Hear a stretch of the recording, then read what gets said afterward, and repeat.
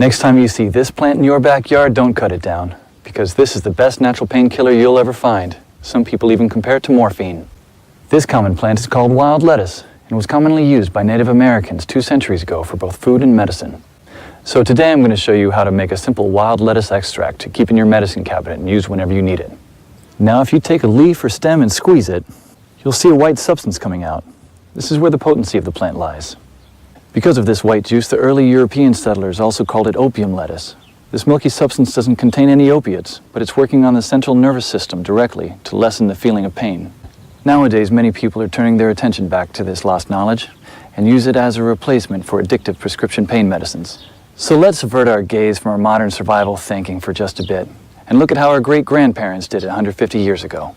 This is exactly the kind of information I found in this 350-page book called The Lost Ways. This is probably the only survival book I've actually enjoyed reading.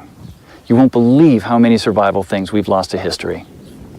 I found the wild lettuce on page 113 and decided to make my own painkiller. I collected about 50 leaves today and washed them thoroughly. So the first thing you should do is grind them up in a blender, not very thinly and only just for a few seconds.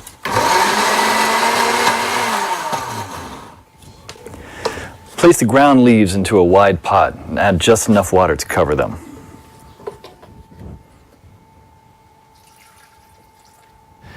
Now place the pot on the stove on low heat for 30 minutes. Do not let it boil because you'll destroy all the good stuff in it.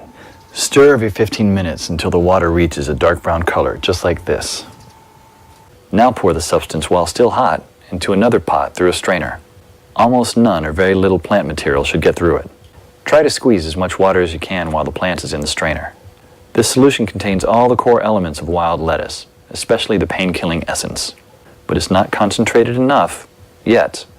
So in order to obtain this essence, you should warm it over low heat again until the water is vaporized, basically dehydrating the solution until it becomes a paste like this.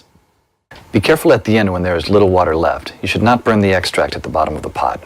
What you should have now here is pure wild lettuce extract. You can pour it in a small glass container like this and put it in your medicine cabinet for later use when you'll need it.